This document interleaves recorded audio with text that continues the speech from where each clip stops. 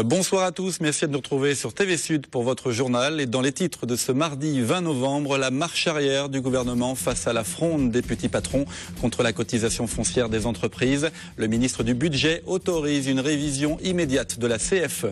Lutter contre le racisme et l'antisémitisme, c'est l'objet d'une convention signée par la LICRA et la préfecture du Gard, un département où les actes racistes sont en forte croissance. Enfin, le FMC Fighting Marcou Challenge, c'est le 1er décembre à la Park Suite Arena de Montpellier, en direct sur TV Sud. Vous saurez tout de cet événement à la fin de ce journal. La pression était forte sur Jérôme Cahuzac, le ministre du Budget, après la flambée pour les petits patrons de la cotisation foncière des entreprises, la CFE. Depuis 10 jours, les commerçants, artisans et les professions libérales étaient en colère. Une contestation très vive, notamment à Montpellier. Jérôme Cahuzac s'est exprimé à l'Assemblée nationale cet après-midi. Il annonce que la date limite de paiement de la CFE passe du 17 au 31 décembre. Seconde mesure, les agglomérations pourront réviser ou annuler d'ici la fin de l'année la CFE sur leur territoire. Enfin, le gouvernement s'est engagé à une révision en profondeur de la taxe en 2013. Des mesures que le président de l'agglomération de Montpellier, Jean-Pierre Moore, et ses conseillers d'agglo avaient demandé au gouvernement lors d'une séance exceptionnelle ce dimanche. Jean-Pierre Moore a été reçu par le ministre du Budget en fin d'après-midi. Nous reviendrons sur ces décisions avec les réactions dans nos éditions demain. Tout autre chose, la préfecture du Gard et la LICRA viennent de signer une convention visant à lutter contre le racisme.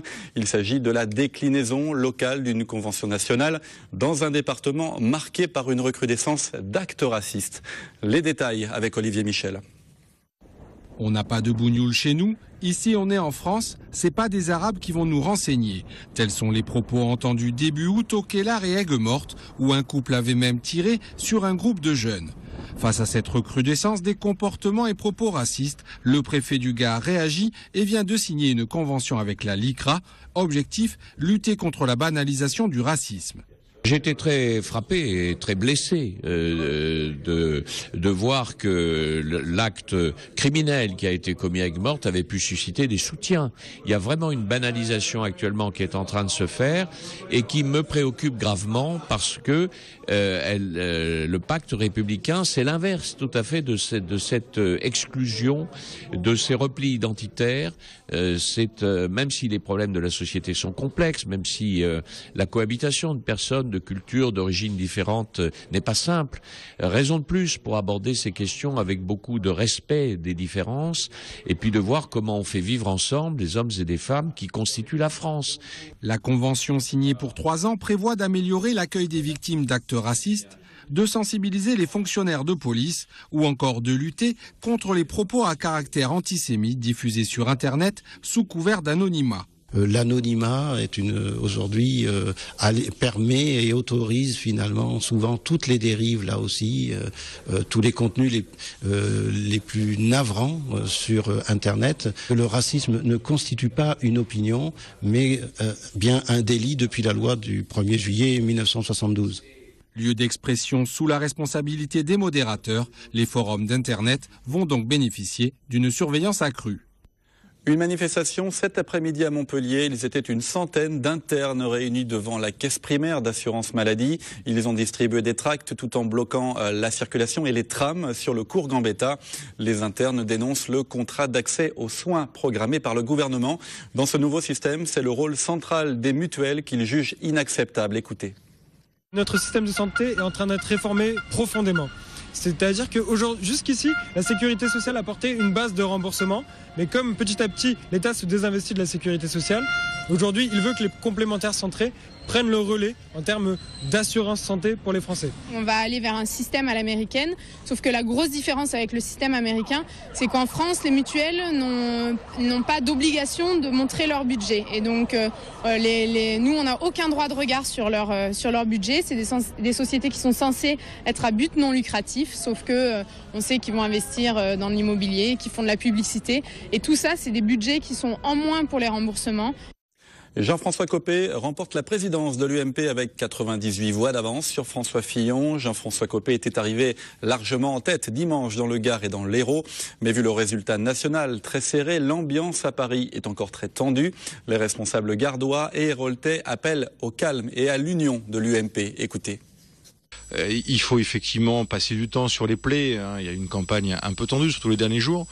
Mais maintenant, vous savez, l'intérêt de notre pays, c'est d'avoir une vraie opposition unie, réunifiée, et tous les talents, dont François Fillon et les personnes qui étaient avec lui, ses supporters, on a besoin d'eux aussi pour faire triompher nos idées et pour s'opposer efficacement et construire demain des idées pour la France. Je pense que l'exercice démocratique était un bien, puisqu'il a permis un large débat, et c'est ça qui est positif. On a pu aborder tous les sujets, je dis bien tous les sujets, sans tabou.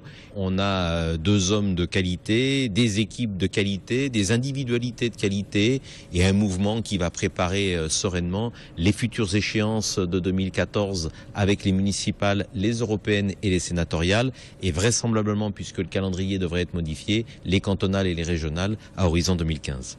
Le projet Graines de mer semées pour la Méditerranée a été officiellement présenté hier à la Grande Motte. Ce projet a pour objectif de fournir des protocoles techniques et scientifiques pour la restauration des herbiers, ces prairies sous-marines de la mer Méditerranée. Les premières transplantations expérimentales sont prévues en 2013. Explication Jessica Desbois.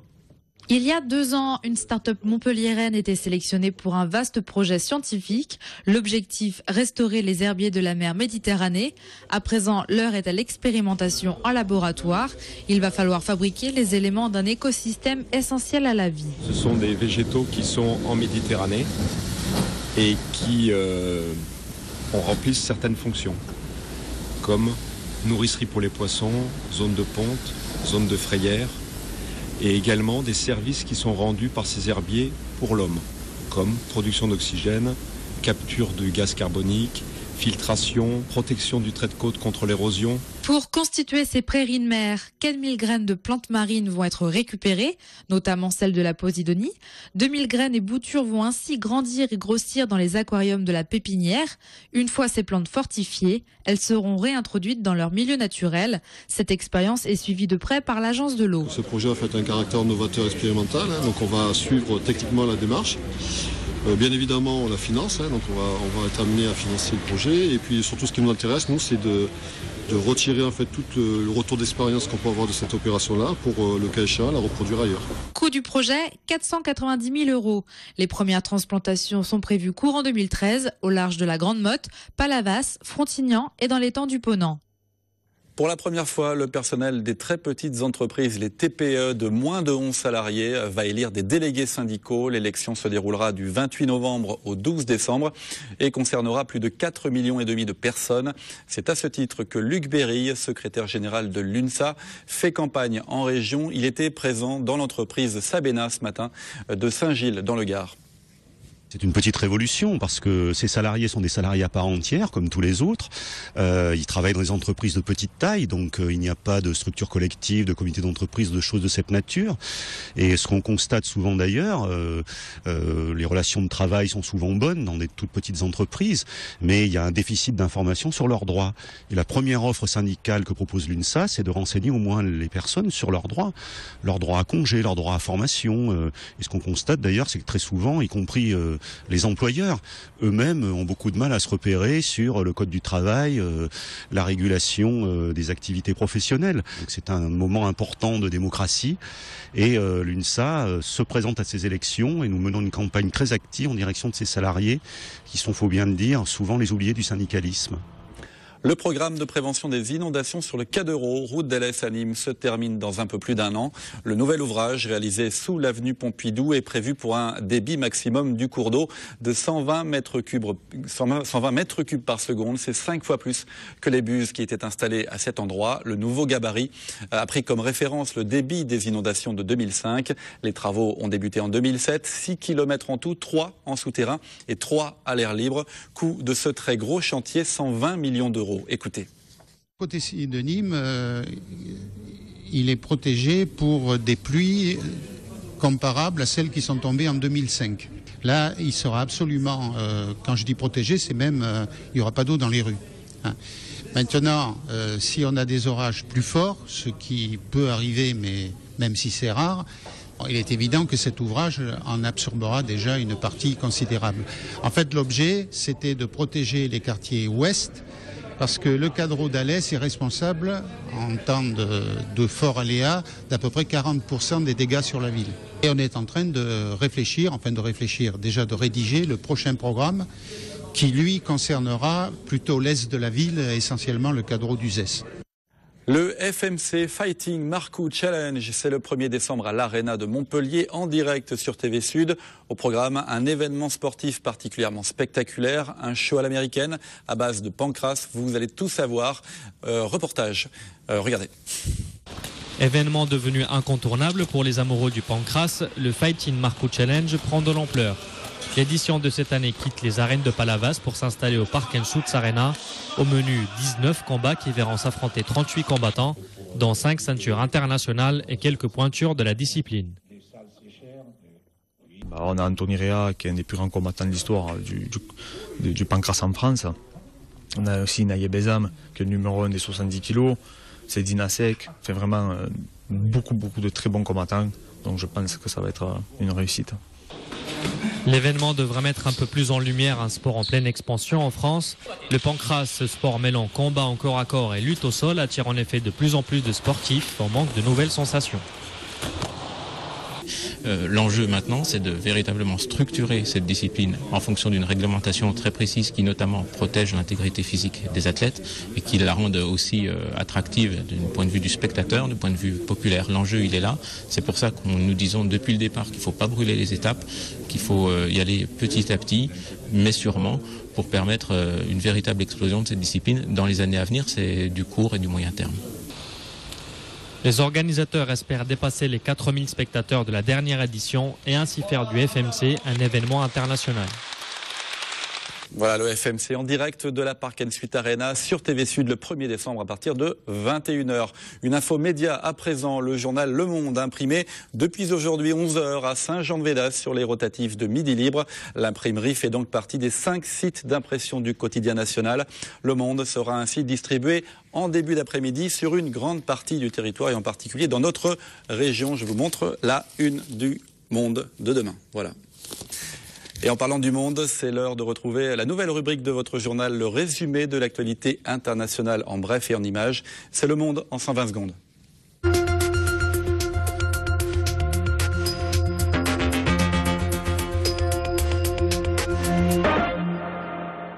Tandis que les combats continuent en Syrie, l'opposition à Bachar el-Assad s'est réunie ce dimanche au Qatar. Objectif, signer un accord afin de créer une coalition forte et unie pour accélérer la chute du régime en place.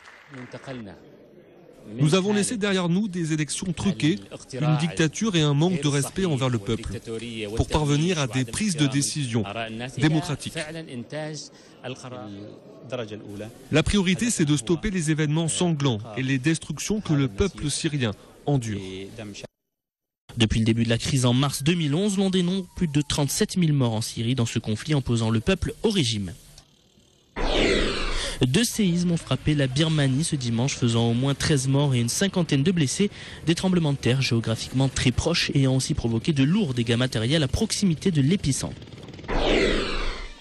Un sommet des pays africains de l'Ouest prône l'option militaire au Mali contre les islamistes afin d'éviter des conséquences dommageables pour la région. 3000 militaires sont d'ailleurs sollicités en appui des 5000 soldats déjà déployés pour sécuriser la zone. Si aucun Français ne sera envoyé, Paris a annoncé collaborer aux moyens logistiques ainsi qu'aux renseignements.